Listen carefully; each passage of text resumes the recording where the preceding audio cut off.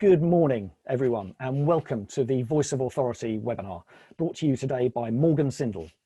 My name's Toby Fox, and I'm the Managing Director at 3Fox, the marketing agency for councils. Our job is to keep our network of local authorities and the development community of developers and investors and their influencers connected. And during coronavirus, we're doing that through our digital channels. We've got Sitematch 365, on which councils are briefing audiences of developers on development and partnership opportunities, followed up by one-to-one meetings that are focused on specific opportunities. And the next Sitematch 365 event will introduce those opportunities in Worthing and reveal how that South Coast town is benefiting from urban flight and the strange characteristics of the pandemic. And that's on September the 24th, and you can register now at www.sitematch365.com. Our second channel is this, the Voice of Authority, a platform for councils to discuss the challenges they face and the influences on their decision making and the issues of urgency. The Voice of Authority isn't my voice or 3Fox's voice, it's the voice of local authorities. It's your voice. And if you'd like to be heard on this platform, get in touch at toby@3fox.co.uk. Next week, we're going to hear those voices of authority discussing what makes a good council investment strategy. And you can register to watch that at thevoiceofauthority.co.uk. It's going to be fascinating. And so will today's discussion, where the focus is on supporting development and delivery as Hertfordshire finds its way through pandemic and recession to recovery.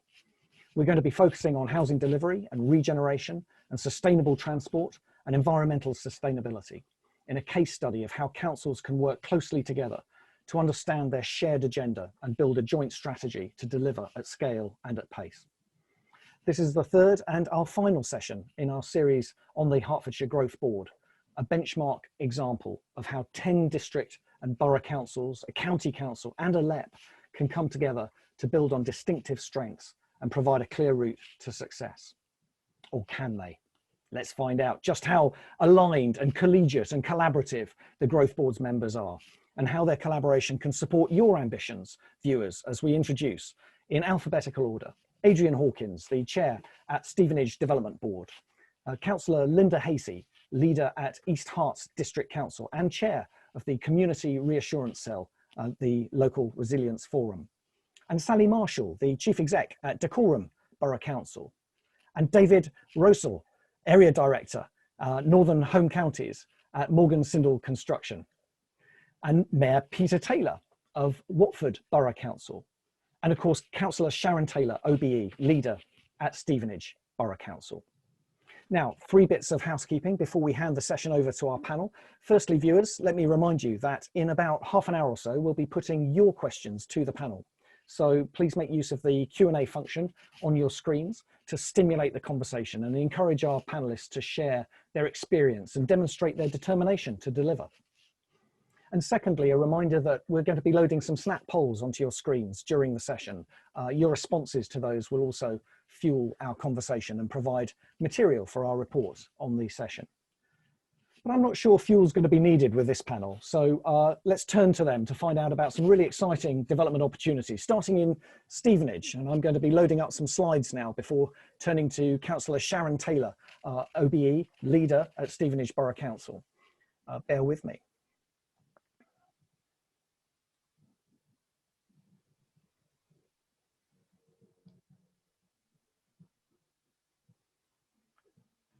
There we go. That's always a slightly awkward moment. But Sharon, Hertfordshire is undergoing a huge regeneration programme. Tell us a little bit about what that means for the town and its people, and what impact COVID-19 has on those plans and how you've adapted and flexed. Oh, I beg your pardon, Sharon, you're muted. Thank you, Toby. The first investment is of the people that are leading these projects, and for me this is my hometown, Stevenage, and my passion for my hometown has been driving me forward as we've developed this project. We're going to talk about the town centre and the wider regeneration of the town, and I think it's very well known that town centres need to change drastically. The whole retail-led town centre is disappearing before our very eyes. So town centres need to have homes, they need to have workplaces, they need to have leisure facilities, great public spaces. They still need some retail there, and they need to be transport hubs. So they need to be dynamic and flexible, diverse, welcoming, connected. They need to be hubs for all kinds of activity, and they need to be carbon neutral. So we have to move on from where we were, and our regeneration programme is an enormous boost for Stevenage and for its residents, particularly in the current climate. We're working with some of the UK's leading developers and contractors and have built up some incredible plans for the town that will transform it to the benefit of residents, visitors and other stakeholders, both now and in the future. And we've worked in partnership to do that, and we want to demonstrate that Hertfordshire is leading the way with these kind of developments. At the outset of the pandemic back in March, we had 3 ongoing programmes underway, the Town Square North Block and Queensway North, and it's a testament to our partnerships that those programmes are still on track, and in reality COVID had relatively little impact on their progress, a few days while the sites were shut down to adjust to the construction industry, social distancing and health guidelines. Both Ash and Henry Construction, the firms involved in those new schemes, have made incredible progress and are back on track now to complete these schemes. Like many of our schemes, Queensway North that you can see on the slide there is a mixed-use development and will provide new retail space, a 24-hour gym, 20,000 square foot of office space and 94 new modern homes in the heart of the town. And that approach will diversify our town centre, helping us move away from the retail approach. And the impact that the introduction of hundreds of new people living and working in those central areas of the town cannot be understated. It's vital to keep our town living and vibrant. If I can have the next slide now, thank you. The Town Square and Town Square North Block schemes are a major new flexible working space, and new restaurant are being created. Excellent progress is being made on those too, and they're due to complete by the end of this year. Nearly 200 new desks, new eating space, upgrading the surrounding public realm to upgrade and transform one of our town's most iconic and better known areas.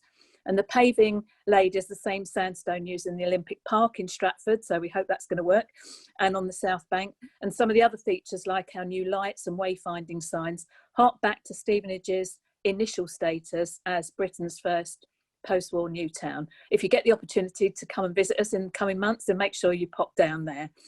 And you could be forgiven that was enough development activity for 1 year, but no, not in Stevenage, not in 2020.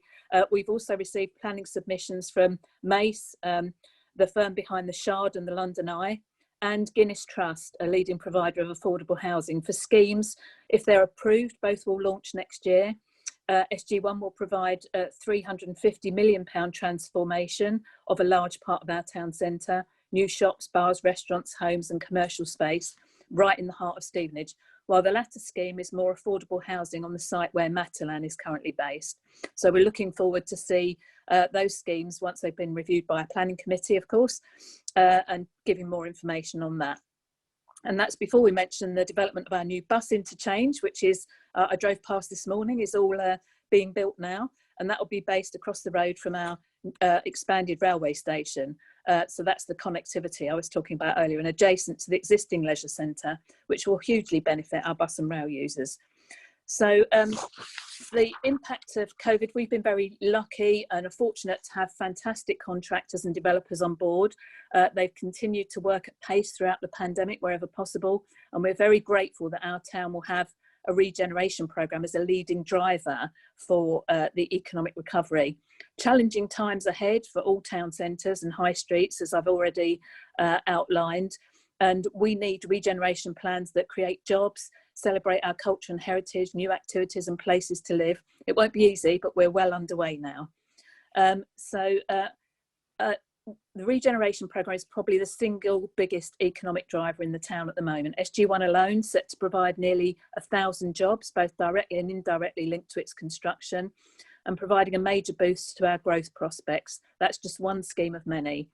Others like the Town Square and Queensway North will deliver this new flexible working space And I understand from colleagues that these new flexible working spaces are seeing a real boost at the moment as people work mainly from home, but then sometimes want to get away from home and do some work in a flexible working space. And we're very confident in the town's ability to grow and expand as a result of some of the major organisations, and you can see some of them on that slide, that are already based here. It's no secret Stevenage punches well above its weight. Not only are we home to global companies like GSK, MBDA and Airbus, all of which will contribute to our future growth, but also to the mighty Stevenage Football Club, which I visited last week with the leader of the Labour Party. A small club with a big heart, played a real role in the pandemic, and a massive ambition. On my next slide, you can see our the housing programme, a very ambitious housing programme. Our housing development team looking to drive additional growth by creating new affordable and social housing available across the town. We've already delivered over 240 homes, construction underway on 300 more, including a state-of-the-art independent living scheme. So regenerating our neighbourhood centres as we do that housing development. And those developments in the wider town area are vital to Stevenage growth, ensuring that the benefits in investment in the town are felt throughout future years. And our view is that as you walk around town, you shouldn't be able to distinguish council and social housing from any of the other housing in town. And working with Hertfordshire Growth Board has been essential, so we can draw in the vital money we need for the infrastructure, such as, you know, infrastructure to support walking and cycling, to tackle the great challenge of climate change and build even more affordable homes, which are desperately needed. I know Adrian's going to talk about the development board, so I won't go into that in great detail, but we emphasise the importance of preparing for a future in a way that has deep and lasting benefits to local people. At the heart of what we do needs to be community wealth building, using growth to create local jobs and skills opportunities for local people and keeping our spend local. And it's about adjusting to current challenges, investing to create a clean and green local environment, using walking and cycling to help keep people healthy. As a collective on the board, we've shown the great influence we can have, working hard to bring in the money, which Adrian will talk about, to tackle the housing crisis, deliver regeneration, build more affordable homes and create local opportunities. From my perspective, this highlights the importance of local leadership. Councils who know their areas and their areas' needs deeply, working together to make a compelling case to government with our partners. And I believe we have done so, which shows the strength of our partnership approach. We submitting a bid to the Town Investment Fund.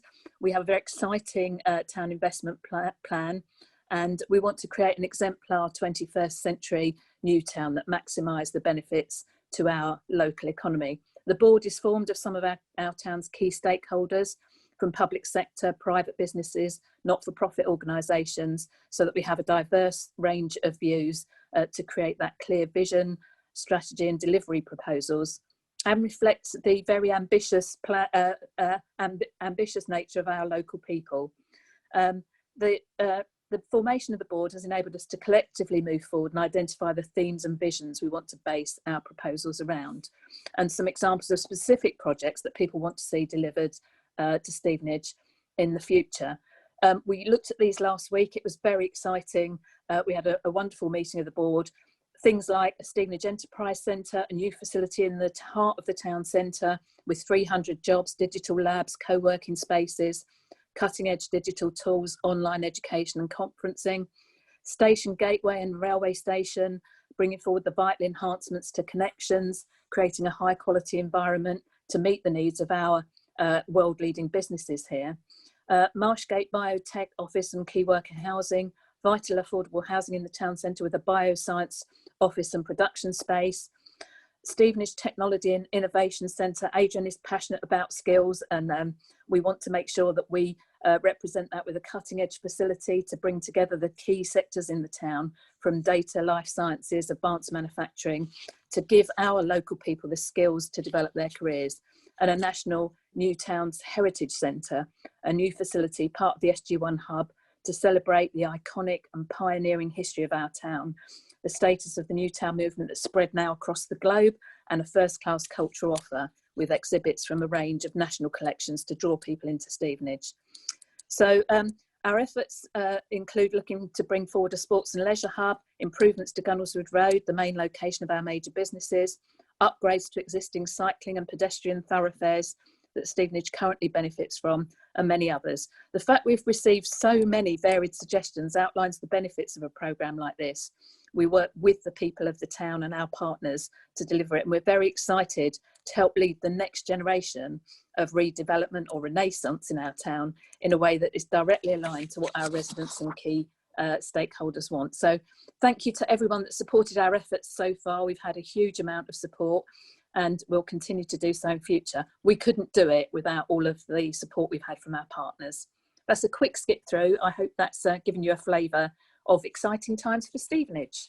That's fantastic, Sharon. Thank you very much indeed. And that's just one of the sets of opportunities that we're presenting today. And it is really interesting to sort of understand about Hertfordshire that pioneering nature is in the DNA of the county. This is the home of the first new town. And under your leadership, the home of the first new town of the 21st century as well. And let's turn to Councillor Linda Hasey. Linda, at East Hertfordshire District Council, can you tell us a little bit about how important development is to the county's long-term recovery, and perhaps focus a little on by comparison, the opportunities, the benefits that the major garden town development of Harlow and Gilston might bring to the area? Yes, thank you, and good morning, everybody. Obviously, development, recovery go hand in hand, and that has always been one of the foundation pillars of the Growth Board. And we have worked very closely together across the whole county to make sure that the opportunities where they can be developed and exploited, that's what we do. We have very close relationships with officers through into MHCLG, and we know that they understand what we're trying to achieve and are very supportive of that. Specifically on the Harlow-Gilston area, it's all about, it's 10,000 houses itself within the East Herts area, which is in the Gilston site. But across the Harlow-Gilston Garden Town, it will be somewhere in the region of 23,000 houses going forward into the next plan period, i.e. after 2033. It's a development which is largely on green belt, so it has been very controversial. And we've had to have a great deal of working and communication with local residents. I think we've also worked very closely with our partners, so the development goes into 3 local planning authorities, so that's Epping Forest, Harlow and ourselves, 2 county councils, Essex and Hertfordshire, and 2 LEPs. So it is a complex project, but one actually where we all have the common goal of building the next new town to a very high standard. And those standards are building on the heritage of Letchworth, which was the very first, all the way through to Harlow and to Stevenage. So we know where we want to get to, and building beautiful, building good, building the best development we can is actually what we've all committed to. And I think working with the developers, they actually understand that. Because if they don't, they won't get planning permission. It's really quite simple. And it has to be in everyone's interest that we are building for the future, because what we build in the next 10 years actually will have to last for another 50. So we cannot go around building sort of rubbish, I normally use another word on there, that has been endemic across the whole country. It's just not good enough. So we're looking at building a modal shift. So with 10,000 houses going into Greenbelt in Hertfordshire, we cannot have 20,000 cars. It's just not doable. And I think one thing that COVID has shown us is that actually people are willing to look at how green we have to develop things and what the modal shift needs to be. So one of the important aspects of the garden town is that there is a 60% modal shift within the community and going to 50% for residents going out of that community. It's going to be difficult.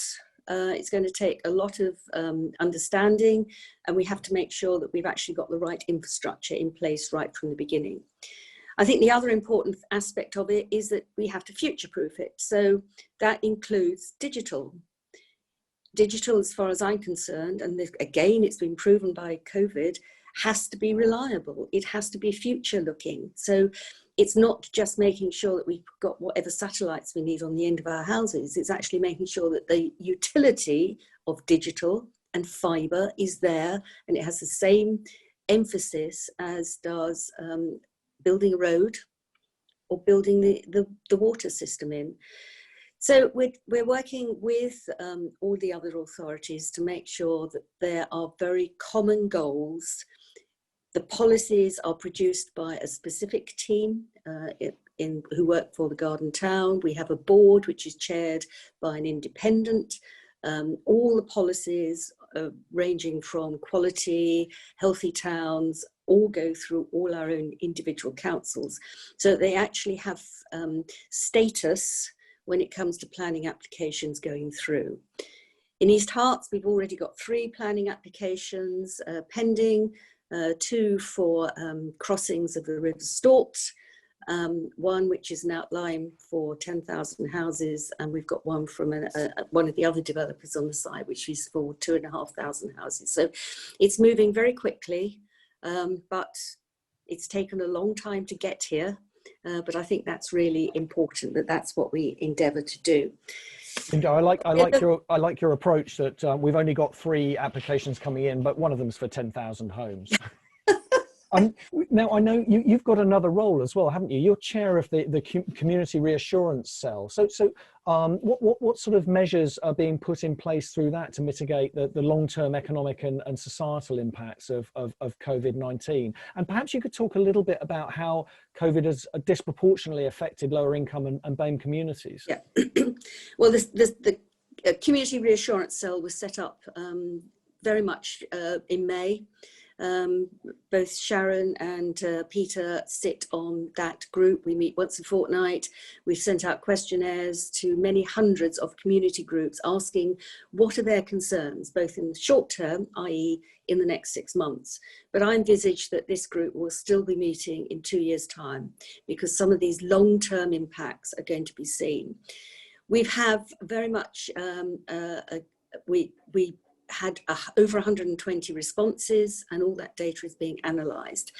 One of the things that came out very early on was obviously the disproportionate effect that COVID had on our BAME communities, and we took the opportunity of working with our taxi drivers as a very specific project, because we do have, we know that a number of our taxi drivers are from those ethnic minority groups, and a number come over from Luton.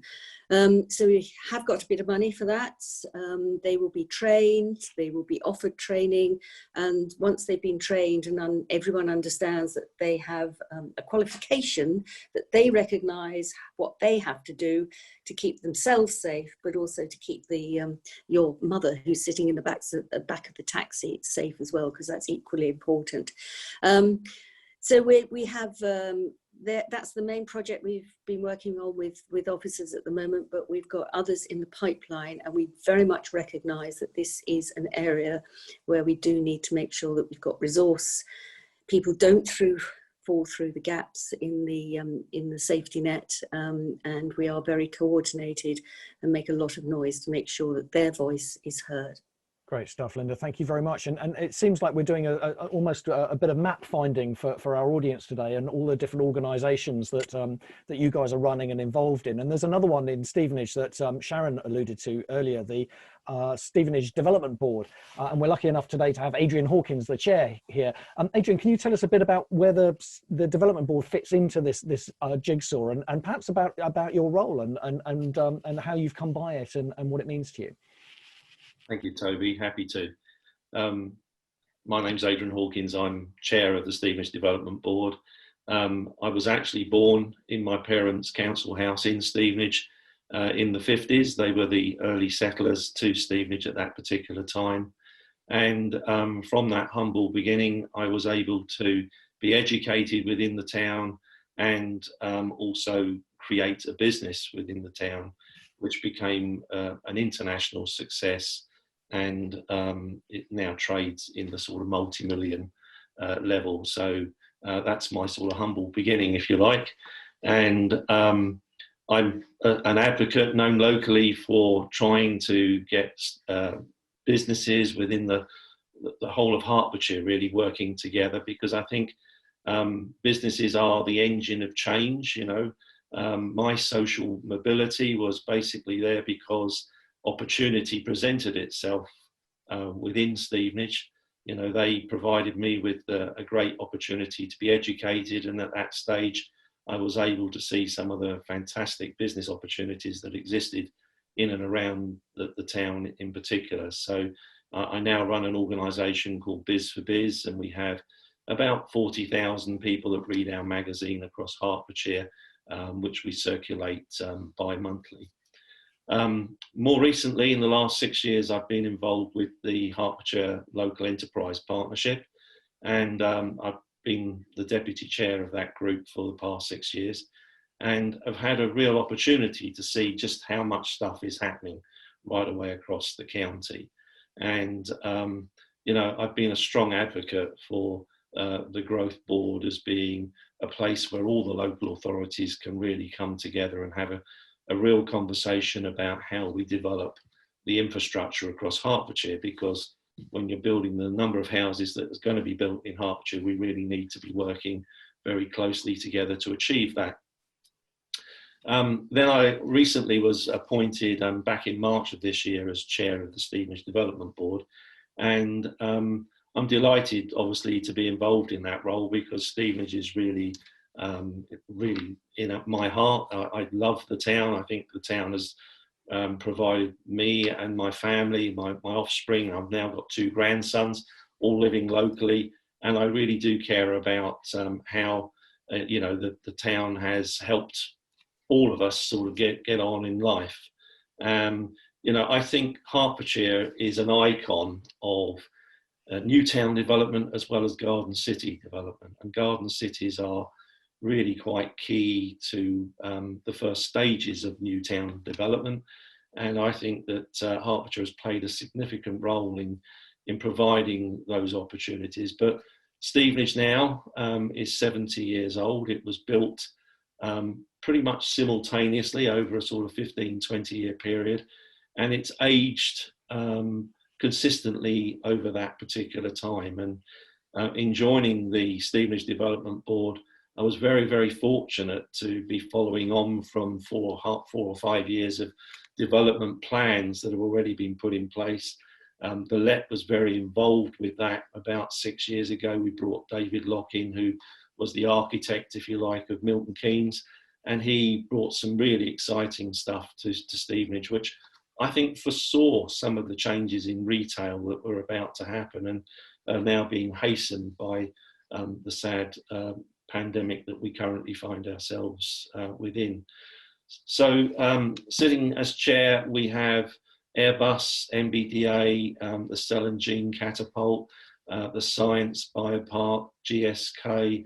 They're all feeding into the board in various shapes and forms, and they're all keen to see Stevenage develop on that next stage. Sharon referred to earlier developments which are currently underway, SG1, and our plans are about taking advantage of the Town Investment Fund and trying to make something of that which, you know, emboldens and is very strident in developing Stevenage that much further. In doing that, Adrian, we've got an audience out there. What are your kind of real priorities for that investment fund, and what would you like the audience to be bringing to you? What sort of services or products or offers would be most helpful? Well, we've actually been trying to attract ideas and thoughts from residents of the town. I mean, key to this particular plan is the thoughts of the people. And that's what we want to inject into the thinking as to how we go through the next stages of development of Stevenage.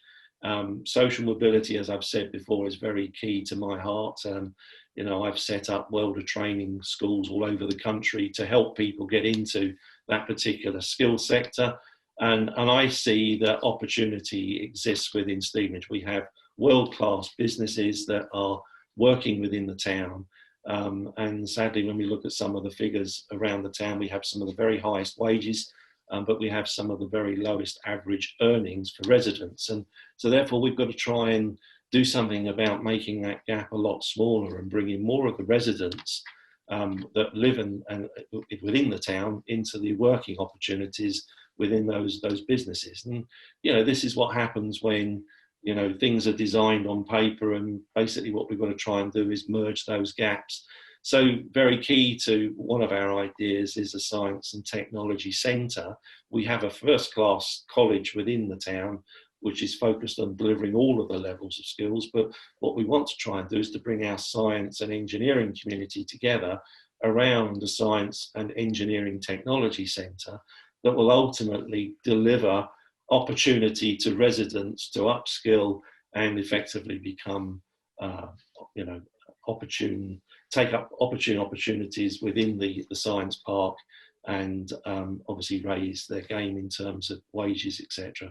So it's really about ensuring that the people enjoy the best opportunities that come out of the scheme. Now, you know, I'd like to thank Stephen McPartland MP for Stevenage and his government for putting Stevenage on the map in terms of having this town investment fund made available to us. And, you know, we will work very hard to try and spend as much of the government's money as we can in Stevenage to make sure that the people are rewarded for the inconvenience that they will see around some of the developments, but the opportunities for real employment in the future. Fantastic, Adrian. Thanks very much. And that gives us a really good idea of how close-knit the ambitions of local businesses are with the ambitions of local authorities, and how all that comes together in the Growth Board as well.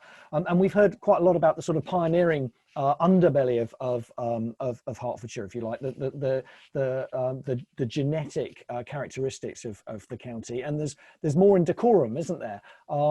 Where I think the Hemel Garden Community Project is delivering a large-scale, government-supported, comprehensively planned new development located in the west of the county. Sally, could you tell us a little bit about how you're taking that forward? Yes, thank you, Toby. This is the Hemel Garden Community is an exciting project for 4 partners: Dacorum Borough Council, St Albans District Council, Hertfordshire County Council, and the Herts Local Enterprise Partnership. The programme is for 11,000 new homes and 10,000 new jobs. The area includes our already established enterprise zone, which is the Hertfordshire Innovation Quarter.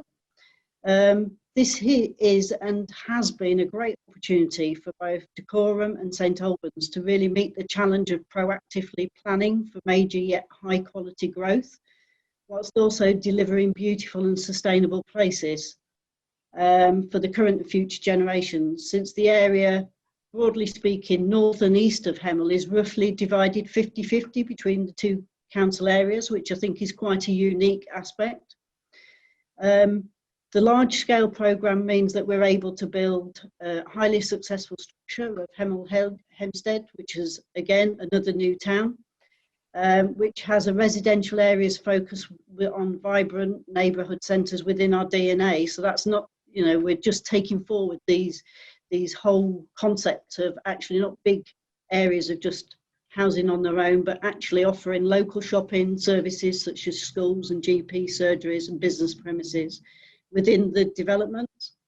As partners, we actually work together to form the Hemel Garden Community Charter, which is based on Town and Country Planning Association principles for delivering new garden communities and garden towns, which has led to the creation of a member-led board, similar to those that you've already heard about Harlow and Gilston and in Stevenage. And it's also enabled the leaders and chief execs and the broader community to be engaged in some visioning exercises to ensure that there's buy-in across the community and at the highest levels. I think one of the key things for us was in March 2019, MHCLG confirmed Garden Town status on the programme, which was a real boost for us in terms of the programme, it provided us with some kickstart funding and has enabled the engagement of other key partners such as Homes England. I'm pleased to say that the comprehensive spatial vision is now nearing completion, and that was engaged with developed with community engagement despite COVID. So a lot of it has been done on Teams and Zoom and other aspects, and we've been doing a lot of online connection, and that has actually enabled us to connect with a different audience in terms of some of the younger people that may not have connected if you'd just gone to the traditional exhibitions. So the next stage is to look at the master planning guidance, which will be commencing this autumn. And in terms of how we fit with the Growth Board, one of the key aspects for this is that the Hemel Garden community is a key work stream and priority for the Growth Board across Hertfordshire. And over the last 6 months, we've further developed a programme with the Growth Board for accelerating the delivery of new developments as part of the Growth Board prospectus for growth for Hertfordshire. And this includes significant plans such as multimodal transport links, digital services, interventions to deliver local and sustainable energy generation, as well as ensuring ongoing revenue support for staffing and master planning. So that's really how we feel that the Growth Board has enabled us to link into that broader picture and discussion and engagement with government.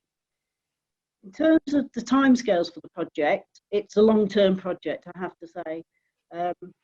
Hopefully I'll still be alive in 30 years' time to see when we think the timescale, but clearly it's got a 30-year delivery. So this isn't here today, gone tomorrow, it is for the long term. Our approach with the Growth Board has been to look at how we can accelerate housing delivery and jobs, particularly in the early years of development, because there's often a lot to talk about these sorts of schemes, but people get impatient. Well, when will we see the homes? When will we see the new facilities? So we're keen to get that up front, and particularly in terms of the sustainable transport, it's really key not only for the development for Hemel Hempstead, but also for Hemel Hempstead as a whole and its surrounding areas to connect us. We're well connected, but we need that extra few bits of infrastructure.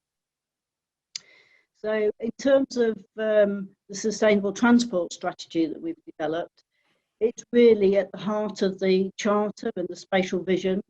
And it's to look at how we can reduce the need for transport and to offer sustainable choices to help people get around. So fundamentally, all our homes will be located within a 10-minute walk of the vibrant neighbourhood centres. This is obviously within the New Garden community, which will enable residents to walk and cycle, get outside, get the fresh air, which I think we're all realising through this pandemic is very key. And it also provides the opportunity not only for things like schools and GP facilities to be on hand, but also small business enterprises to be established, which again, I think is key to getting people working locally.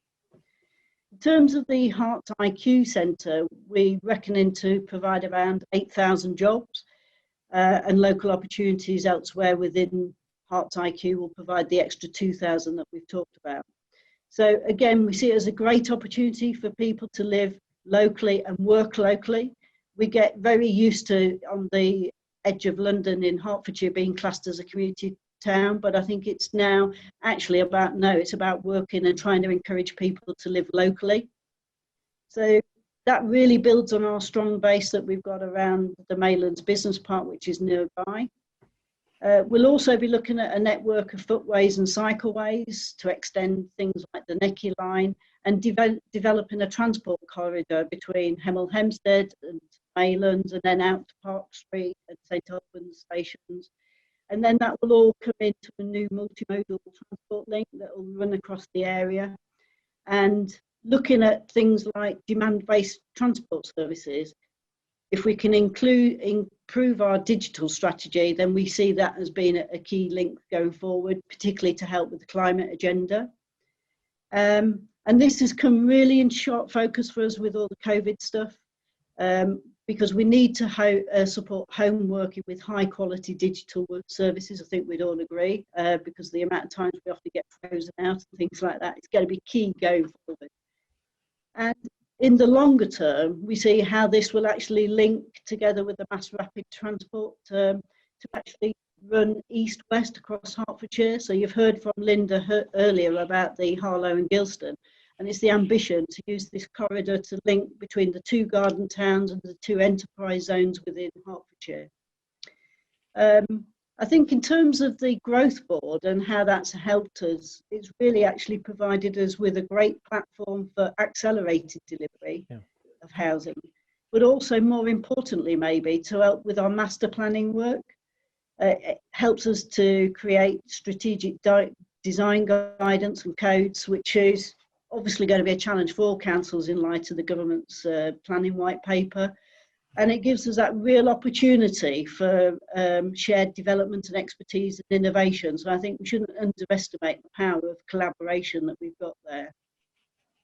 And clearly it also gives us that platform to actually go out for the infrastructure needs we need for the area at a more strategic level, with conversations with government and the like. So yeah, I think it's great in that the working together on a range of sites, shapes, sizes and issues has really helped us to look at targeted interventions, which we think will really help us to unlock those developments and bring forward new housing. So I think, in short, in terms of successful collaboration, it will really help us to accelerate sustainable housing delivery in Hertfordshire. If I may just turn a little bit to the Hertfordshire Innovation Quarter, so this is so integral to the link with the garden community. It was established in 2016, so you can see how the journey has been progressing for a while now.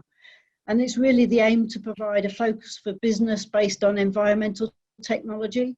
And I think this is really key. Again, it shows the collaboration amongst authority and authority areas, because it involves the Building Research Establishment, Rothamsted Research, which is based in Harpenden, and the third largest area, which falls within the garden community to the north and east of Hemel Hempstead. So it really provides some large-scale development and investment opportunities. Maylands is already one of the largest business parks in the east of England. It's got around 200 businesses with around 16,000 jobs already. And of course, it's got perfect transport links in terms of road networks being on the junction 8 of the M1 and the close to the M25. But one of the key focuses that we've got for the Herts IQ is about trying to secure investment in modern methods of construction sector, because I think we've seen that nationally this is now a growth area, and we see it as being really important to support the substantial development that we're going to have locally, and particularly in terms of the need for high quality and low carbon housing. So we see that if we could develop that locally, we can actually manufacture, produce and actually supply. So you can't get much more sustainable than that, but clearly we need the investment there to get people interested in that story. So I think hopefully that's given you a flavour about not only the Hemel Garden community, but how it links in with the broader initiatives that we've got to go in between ourselves and our neighbouring authorities in St Albans and across the Southwest Herts areas. Ali, thank you very much for that, and also for that sense right at the end there, that the power of the Hertfordshire Growth Board to bring you all together to aggregate demand, so that you can really make some of those initiatives work, and use the phrase the power of collaboration, which seemed to resonate. But then we're turning to Watford now, and to Mayor Peter Taylor, and Watford, in my mind, has been on this curve for quite a long time. We're talking about big development programs that are going across the next 10, 20, even 30 years. But you've been on this journey for quite a while in Watford. I've known about your regen plans and schemes there for some time. So what role can the Growth Board play in developing your plans, Peter? And how has COVID-19 affected the projects and the timescales involved? Hi Toby, it's great to join you all, and hopefully you can hear and see me okay. I've had a few technical issues this morning, but you're right, the context is Watford has been growing quite significantly, huge increase in number of jobs and our population over the last 10 to 15 years, and also officially, according to the Office of National Statistics, the happiest residents in the east of England as well. So there's been lots of positives happening. Your question about COVID and the impact of that. So a number of significant schemes in the town, Clarendon Road being one of them, working in partnership with the LEP and Hertfordshire County Council. And we have managed to continue that. So Clarendon Road, for those of you who don't know, links Watford Junction Station to Watford High Street, is our main business sector, street in the town, with companies like KPMG and TJX and many others, PwC there as well. So that place shaping project, we did manage to continue during lockdown. We had to have a few fewer workers there, but taking the safety precautions, that has been continuing and will be completed by the end of this year. A number of other schemes, so St Albans Road, that started in June, was always scheduled to start in June, as lockdown had eased slightly, so that was able to continue on track as well. We've also got a number of projects around our hospital and football ground, so the Riverwell project. Again, we've just secured planning permission for a multi-storey car park next to Watford General, which will double the parking capacity.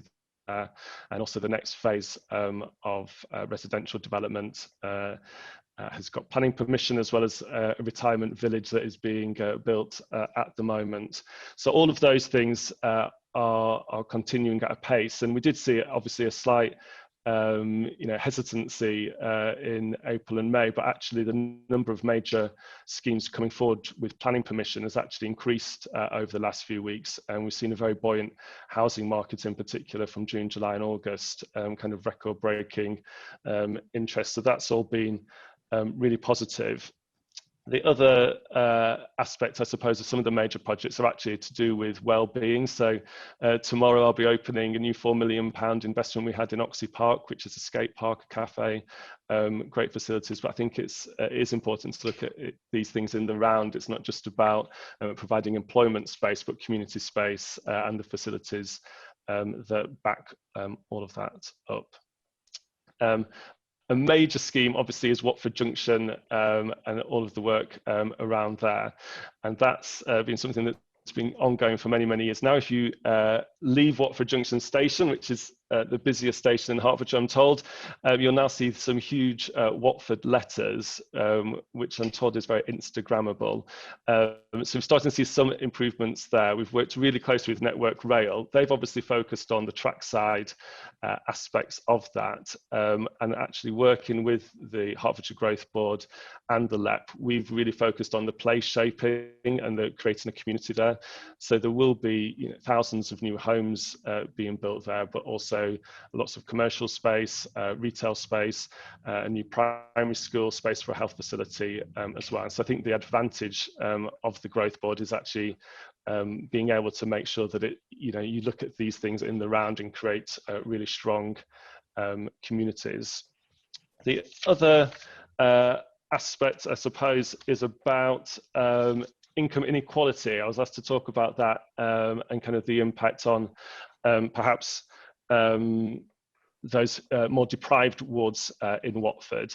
The whole council has really realised that we're not going to go back to any situation as it was previously. We've got to adapt to the new reality. So we've got a new council plan, a road to renewal document that sets out how we support businesses to adapt, and part of that is working with Wenta, providing skills training for people who are starting micro businesses or new business startups. Many of you will have seen closures of John Lewis and Debenhams. We have already got new retailers moving in to Debenhams, so Next Beauties moving in there, but then supporting lots of people to adapt and grow new businesses, I think, is really critical. And the other projects working with the Growth Board and the LEP revolves around Watford Business Park, so creating then again a new high quality business space. And so that work is now got permission and is about to start, and to create again space for hundreds of more jobs on our business park. So it's challenging times, but I think also really positive that we're seeing already people adapting and growth across the town. Fantastic stuff. Thank you very much indeed, Peter. And it's been really striking in hearing from you all today about the scale of the opportunities and the programs that are underway. The diversity, of course, from science parks to skate parks, but also the pace. I mean, we're talking about schemes that you're talking in timeframes of 30 years, but there's progress happening now. There's activity now. So this isn't just looking into the long future. This is work that's underway now. David Rassel at Morgan Sindall Construction, you must be licking your lips hearing about all these opportunities. But can you tell us a little bit about, from the private sector perspective, perhaps how COVID-19 and the economy's circumstances at the moment have created changes to employment patterns and lifestyles that maybe are affecting development prospects in this part of the country? So good morning, everyone, and thank you, Toby. Yes, I'm David Rousel, Area Director for Morgan Sindall, Northern Home Counties business based out of Welwyn Garden City, and it's been really interesting and fantastic to hear some of the conversations today as someone who leads a business, but also as a resident of Hertfordshire. I'm very passionate about exciting plans we're hearing about. But in answer to your question, Toby, it's obviously early to predict the longer term changes that we might see. But there's clearly been a significant shift in our working world, and this no doubt will create ongoing ripples in the development pipeline. With more people working remotely and fewer commuting to major commercial centres, we'd expect to see a rise in the number of larger employers locating outwards to the regions, and possibly, as mentioned earlier, with smaller hubs in the towns and outlying areas of the suburbs rather than one central office. This could have a hugely positive impact on local economies, and with more development focused on key regional hubs to enable this shift.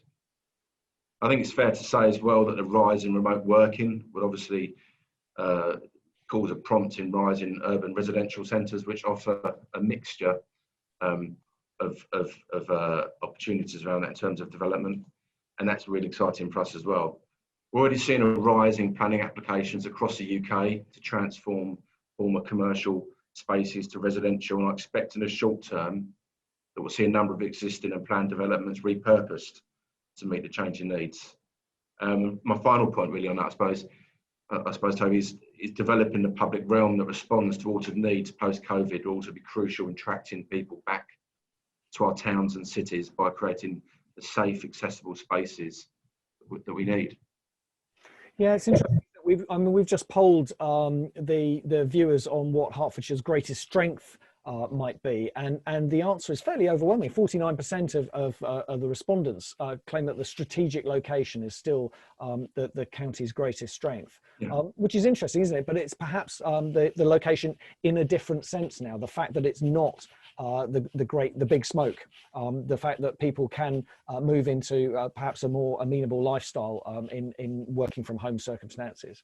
We heard a little bit earlier from Sally about well, we've got the science park. We've got Hertfordshire's enterprise zone, Hertfordshire IQ, which is offering huge potential for off-site manufacturing and other kind of innovative approaches to development and growth.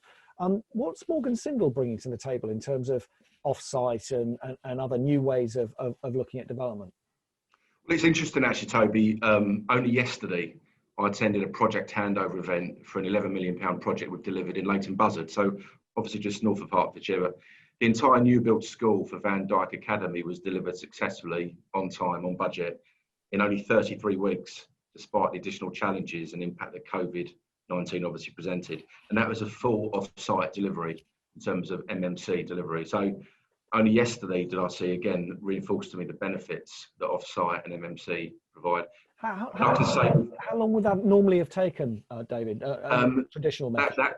In a traditional delivery, you'd probably be looking at 48 to 52 weeks. Yeah, so maybe almost half the time. Yeah, depending on the facade treatments and the detailing, but that's the benefits. I mean, I can say with complete confidence we at Morgan Sindall are passionate about embracing modern methods of construction.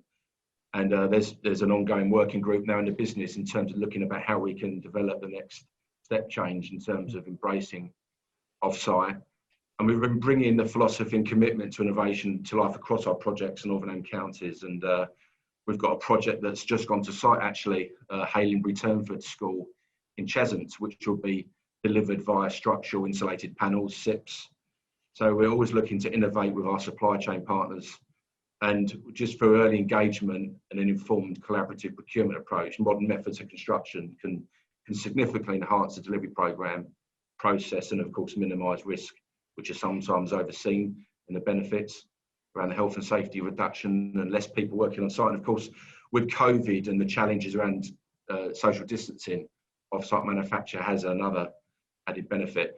We've recently had a meeting with Hearts IQ, and we are already in conversations with two of the companies that Hearts IQ are working with. And I've previously, from a previous life, got an established relationship with Elements Europe. So we're very keen to work with Hearts IQ and develop those relationships in terms of realising opportunities around off-site delivery.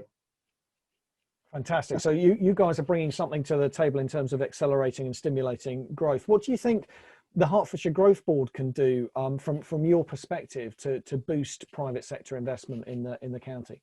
Of course, definitely improving a better collaboration between the public and private sector is key to accelerating private sector investment. And we see the Herts Growth Board as being key to help unlocking that and creating a valuable platform to enable this. Deeper links between the LEP, County Council and local authorities can create a joined up, commercially focused approach. And we really believe that Herts Growth Board will help strengthen this. I mean, and what else can we bring to that? Effective public-private partnership models are key to driving long-term economic growth, I believe. One highly effective example of this is the potential that public-private joint ventures can deliver. And Chalkdean Developments, which is a £2 billion 50-50 public-private joint venture between Morgan Sindall Investments and Hearts Living, which of course is Hertfordshire County Council's own property company, was established for this very reason, for delivering sustainable quality homes and community projects. And it's a brilliant example of public-private partnerships in action. I'd actually add that we'd like to circulate some more information around Chalkdean following these webinars. I'm sure we can help with that. We could happily email. We better check with GDPR on that first, but I'm sure we could email all the viewers today with information. Hopefully we can. But just a closing point really for me, Toby, on that, the Herts Growth Board will definitely drive forward these sorts of highly impactful public-private partnerships by, we believe, creating a cohesive, holistic growth agenda, enabling the articulation of public sector focus and strategy, which I really believe allows the private sector to add value and work more closely and align with our public sector partners. So it's exciting times for Hertfordshire and us. Great stuff. Thank you very much indeed, David. Now, viewers, we always have a bit of Q&A at the end of these sessions, but I've been a bit indulgent. I've been a weak chair today, and I've allowed our speakers to speak over their allotted times. But I did that on your behalf because I thought that what they were revealing today was really exciting. It's really interesting stuff. There are some great opportunities to get involved in development and growth in Hertfordshire. But let's just tackle one of the questions that's come in from viewers, and we'll get a sort of limited view on this, I suspect. We'll just ask a couple of our panelists to answer this question. It's from Alan Crawford, and Alan is asking, he mentions Ebenezer Howard and his vision for garden cities, which in Alan's view bordered on utopian idealism. It doesn't look like this vision is embodied in many of the new housing developments. That's the challenge.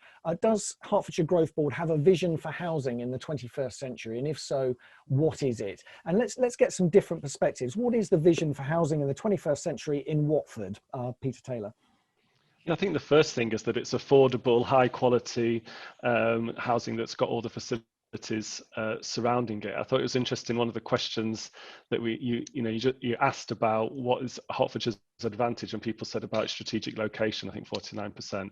There was a survey done by Zoopla about where's the best place to work from home, and Watford came top, and it was to do with Wi-Fi speeds, number of coffee shops, and I think it's about looking at all of that stuff in the round. And so for me, the vision is about creating communities, sustainable communities that are economically sustainable, that have the services surrounding them as well. Fantastic, thanks, Peter. I mean, just a few months ago, you'd have been describing some sort of community of hipsters, but that's now the reality for all of us, isn't it? It's Wi-Fi and coffee shops. What's the vision for housing in the 21st century in East Hertfordshire, Linda? Very similar to Peter's. I mean, all our new developments now, they are based on the fundamentals of 9 principles of the TCPA, of the Garden Town development. So we are creating communities. We are not creating the slums of the future. And I think that's one thing that we are all very clear about. And as leaders, I know we do thump tables on developers and just say, go away, it is not good enough, come back with something that's better. And I think one of the problems that we are possibly facing, and David sort of hinted around this, is that sometimes the modern methods of construction, which I think are going to be key to getting some of this quality out there, some of the big four, this is not built into their business plans. So therefore, that can be an obstruction to us making sure that this is actually part and parcel of what we want to achieve. But no, we're producing communities where people can live for all of their lives, if that is the way that they are able to stay. Fantastic. People there, work there, educate there, and yeah, enjoy the green space. Thank you very much. And what about Stevenage, Sharon? What's the vision for housing in the 21st century in Stevenage? Well, I'd echo what my two colleagues have said. The thing about the location is really key, and I agree with what people said. Our strategic location is really key, and the reason that people come to Hertfordshire is about the proximity to major markets, but also the quality of life we have here, which is, I think we need to sell that much more for Hertfordshire. There's a very good quality of life here. Going back to the original days of the new town models, and Stevenage was created around 6 self-contained communities, which enable people to access within a very short walking distance the school, the shops, the medical facilities, all the things you need in your day-to-day life. And as I was coming in this morning, I was listening to a programme about how much that is, people are trying now to replicate that. I think post-COVID, that model will be even more important, self-contained communities. And of course, now we add into that the carbon neutral agenda, the high levels of digital connectivity, which Peter and Linda both referred to. And I think what Hert's Growth Board does for that is it enables all of us to work with private sector and community partners to develop the strategic overview of how that works across Hertfordshire, while all of us in our individual places, with the knowledge that we have of our local places and the way they tick and the way they work, layered over that. So we've got the best of both worlds. We've got that very high level view, and Linda chairs the South and South West part of the Hertfordshire Growth Board work. I chair the North, East and Central part. We are developing visions for those 2 parts of Hertfordshire that provide all of the homes, the businesses, the regeneration, new settlements where we need them, infrastructure, and develop the community wealth building approach to making sure our communities benefit from this work, while all of us in our own areas are looking at the local elements to all of that and how we'll drive those forward locally. It really is a great virtuous circle. Fantastic, Sharon, thank you very much. And finally, and perhaps with the most resonance, going back to we were talking about Ebenezer Howard is the source of this question originally, and utopian idealism. So in Decorum, and the home of the Garden Town and so on, what is the vision for housing in the 21st century? Sally? Thank you, Toby. I mean, I echo many of the sentiments, quite obviously, of all the previous panellists. It's got to be about affordability, it's got to be about sustainability, and it's got to be about places where people really want to live and communities where they want to live. And I think that's the real benefit of the new town. As Sharon's mentioned, it's in our DNA. They're places where people can come to live. And where the thing that struck me when I first came down here is the amount of green space that there is that's available. You walk from the train station and you pass cows in the field, cricket pitches and things, and all sorts of things, and little churches, and really like communities. And that is in what we're looking at as part of the garden community going forward. And we did some visioning, and I'll leave you with this sort of thought about what type of community, and the fact that we wanted to have self-sustaining environments. And one of the discussions we had, which I must admit is never a phrase I've come across before, about forest bathing and how important forest bathing was. And it really struck me, and that is to make sure that you've got sufficient green space with trees and everything around, that people can connect from one community to another community, and that is vital, and it's within our vision. So I think there won't be boxes. Clearly there will have to be efficiency about homes, but it's about how you scope the surrounding environment that I think is key. And with everybody living and maybe needing to work from home more in the future, we've got to give more emphasis on that. And there will be issues where we'll have to tackle and address with our developer colleagues, but that people will want to live in a home where they feel that it is actually going to be a place where they may actually end up spending nearly 24/7 there for at least in the short term. So from that point of view, you've got to have a home where people want to live and where they feel comfortable. So homes for where people want to live and where they feel comfortable. That's probably the perfect place to end. Unfortunately, it's not the perfect time to end. And viewers, I'm so sorry. It's all my fault. I've indulged myself in listening to these exciting plans, and I've used up 5 or 6 minutes extra of your time. But I hope you'll forgive me in return for getting all the information that you've had today. And what an absorbing panel it's been, a wide-ranging panel with diverse sets of opportunities and insights and experiences. I hope you've all been able to take something useful from today. Thank you, panel, for being so lively and engaging and collaborative and collegiate in discussing your opportunities and circumstances today. And thank you for taking the time to share your plans and ambitions with our audience. I know how busy local authorities are in these days more than ever.